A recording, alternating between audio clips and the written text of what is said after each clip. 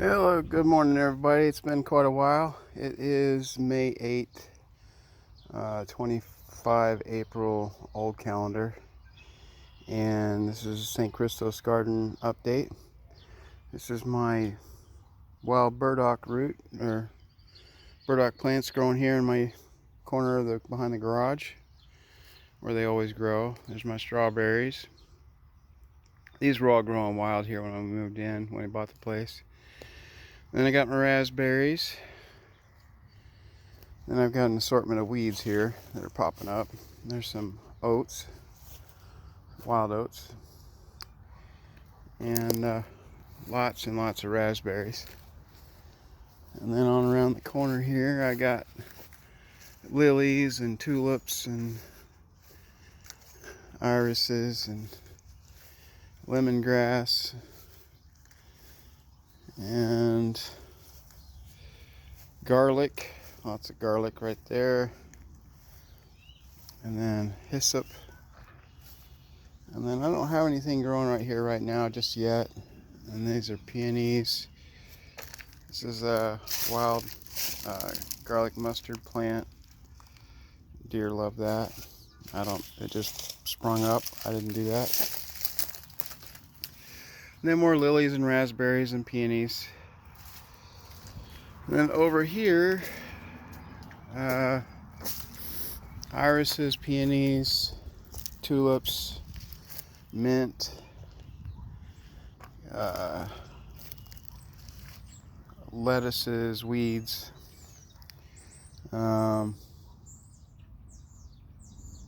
kale. I planted some more wild oats over here too. And then over here I've got echinacea and more lilies and roses and honeysuckle, and I'm letting all these wild brush, the wild trees grow a little bit, and then I trim them back. I bought what you call it, where you grind up sticks, a chipper, wood chipper. So I have a wood chipper, and as the volunteer trees grow, like that little maple right there in the fence line, I'll let them get to be about an inch thick or a half-inch thick, which he's almost at right now, and then I'll trim them and stick them in the chipper for wood chips. These chicken coops, I've got them attached there in the middle so that they're one big chicken coop. But here in the fall, I'm going to take that panel of fence down there in the middle, and I'm going to move this coop over there underneath that tree. That's this peach tree. And basically what I'm going to be doing is I'm going to rotate every year. So this year they're composting and tilling the soil with my compost, leaves and grass clippings and stuff, sticks. And then I'm gardening on this side this year. And then next year we'll swap. I'll put the chicken coop over here, and I'll garden that side, and they can tear this side all up. Since they don't seem to bother the bushes and trees very much, I'm not too worried about that. This is my asparagus, just growing very nicely. I've already taken more than I can eat, so I'm kind of letting some of that go. This is rhubarb. I have yet to harvest the rhubarb. It's been about 3 years now. Hopefully I can get some this year.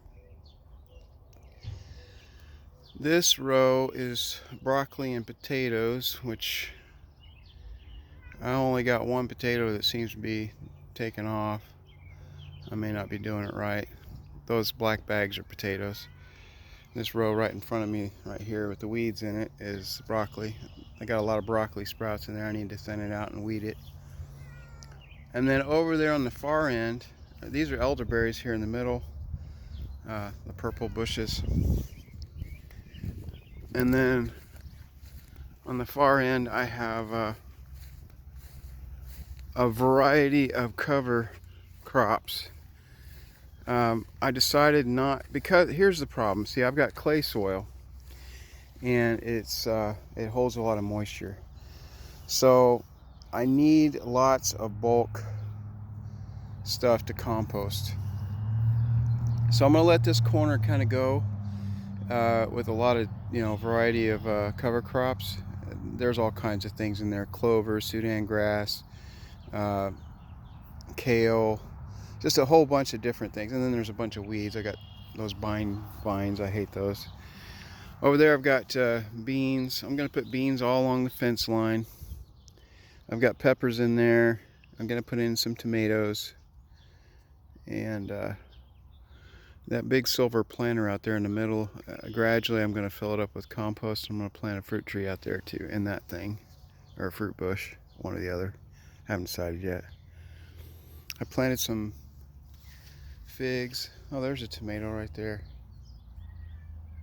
I planted some fig trees out here, but I don't see them. Hopefully they didn't get killed by a frost. They might have.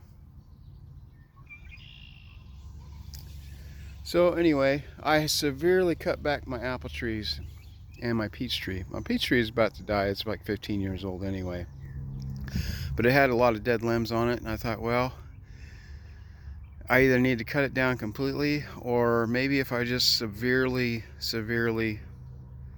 prune it, it'll focus all its life in that one little branch there. And it looks like it's what it's doing. So, and I pruned that one too.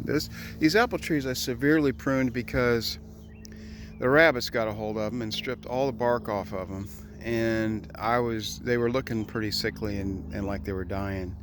So the strategy I came up with, instead of taking a total loss on the apple trees, was I did the same thing that I did to that peach tree that was about to die. Is I just cut them down severely, but I left the stump. So as you can see, they're growing back. The roots have enough life in them that even though the upper part got severely damaged, they're going to come back. Now, that sets me back a few years as far as getting any crops, but at least I didn't lose them completely. And yeah, they're going to be short and stubby and kind of misshapen, but it might make it easier to grab the apples off of them, so that might work out anyway. In fact, all the fruit trees, I'm going to do that from now on. I'm going to kind of keep them about 6 feet tall and let them grow out and down instead of way up high where I can't reach them. This maple right here is a volunteer maple. I need to put that in the chipper. And that bat house is too low, so I'm gonna move that to the front of the garage, right about there, but on the opposite side, because this is the north side, so they need sunlight in the winter time. So I'll put that on the south side. It's too low here for the bats. They need it up higher. I tore out this old potato planter that didn't work, and I'm getting ready to clean this up. I'm going to put a fence. I got a new dog. He's a Australian Shepherd Border Collie mix, and he needs to run. So does my Basset Hound Beagle mix. She needs to run too. So I'm going to put in a run here for him in a rectangle shape, basically from like about there over to there, up to the chicken or the orchard fence corner, and then from here at the corner of the chapel over to here. So it's just one big rectangle around this backyard right here, so they can run around. And I've been collecting cedar trees along the ditch banks of the roads, the volunteer ones that just grow everywhere. And I've been collecting them and planting them staggered for rows around the border for a little bit of privacy, because I live here next to the highway. It's a country highway, but I'd like to have a little bit of privacy in the backyard. I mean, it doesn't have to be perfect, but at least kind of a screen. And plus it helps with blocking the snow drifts and stuff in the winter time. And then over here in the ditch, I smoothed it out quite a bit so that I could ride a riding mower over it. Remember, I put the tarp down trying to kill it so I could put the Sudan grass down. Well, I thinned it out And I did throw seed down, but I didn't till it or anything, so I don't know if I don't know that the Sudan grass is going to come up. But I thought about putting this tile in the entire length of the ditch so that I could kind of fill the whole thing in and just mow over it and still get water flow. But you got to pick and choose your budget priorities. There's a couple more of these little volunteer cedars that I rescued from ditch banks or places they were going to get killed or didn't matter. I planted more than that, but I've accidentally mowed over them or they died. They're kind of hard to see when they're babies. That's another one. Some peonies peeking up there, and some more burdock root. That's supposed to be good for you, but it's kind of acquired taste. It's kind of like a carrot. I got a bunch of free chain link fence. Unfortunately, my wife doesn't like the look of it. She's afraid it's going to be too junky when I get it put up. So we're debating on whether or not to buy new. But everything's so expensive now with inflation that I'm inclined to use the old used stuff and try to make it look pretty. Maybe even, spray paint it if I have to. It'd be kind of expensive, but it'd be cheaper than buying a brand new fence. So there is a general update of what's going on. My blackberries are doing really well over there. I don't know if you can see that. They're thornless blackberries.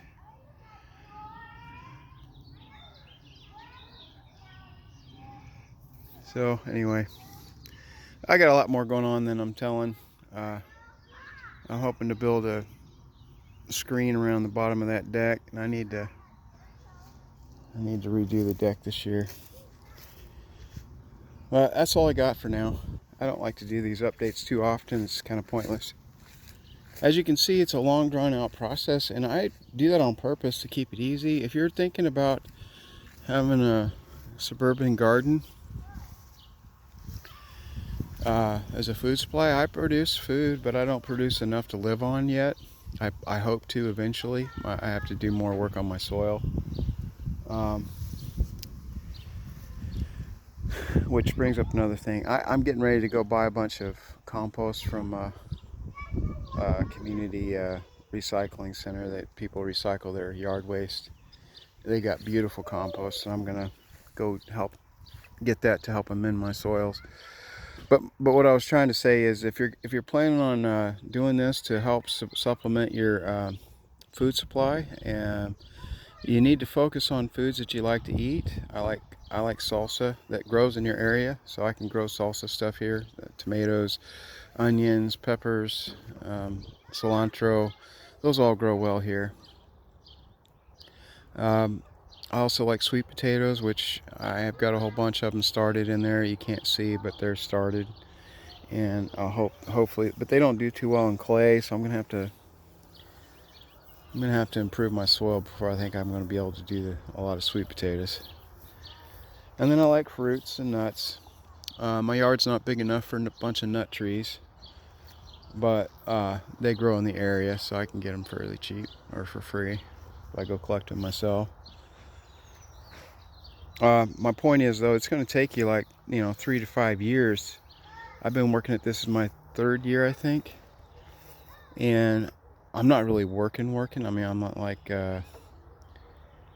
some people invest like thousands of dollars and re-landscape their parts of their yard. I'm not doing that. I'm just, a couple $100 here, a couple $100 there, a couple times a year, and that's it. And a lot of stuff I get for free because I look online and find people getting rid of stuff. And so I'm doing it in a slow turtle fashion, because it's cheaper and it doesn't stress me out or tire me out, and it's very relaxing and peaceful. I recommend to do it that way, because it takes a while for the soil to get established. Even if you did it fast, you're putting a lot of money in it, and it's still going to take a little bit of time for things to get stable. Plus, your yard has a lot of different ecosystems in it. Like underneath that shade tree over there is different than over here on the south side of the chapel, which gets full sun. You know what I mean? So there's going to be different humidity levels and moisture levels in the soil over there than there is over here. And that all affects the plants that you grow there. So, and you can experiment. I mean, it takes time to figure this stuff out. I planted a bunch of echinacea right there on that hillside just for the heck of it. And it grows okay. It's kind of been coming back wild, but it's getting more and more sparse. There's not a lot of water there because it's on a hillside, so it's kind of dry. They probably would do better, I'm guessing, like at the middle of the yard right there at the corner of the orchard fence. Next to the blackberry bushes, they probably would do better. But, you know, you figure this stuff out over time. Mostly what I'm trying to do right now is to chop and drop and take all the wild stuff I have growing, that's growing really, really well, and turning it into compost for areas where I'm trying to improve the soil. And that's, you know, getting your foundation of the soil fixed is your priority. So, all right, I'm rambling. Nobody really cares what I'm saying anyway, but if you happen to be an average guy like myself and you're just trying to make a decent garden without a lot of work or expertise, you can learn from my experience. I'm not a pro, but I'm having fun, and I'm actually making some stuff grow, and it's working, so I'm enjoying it. God bless. It's a beautiful day. Over and out.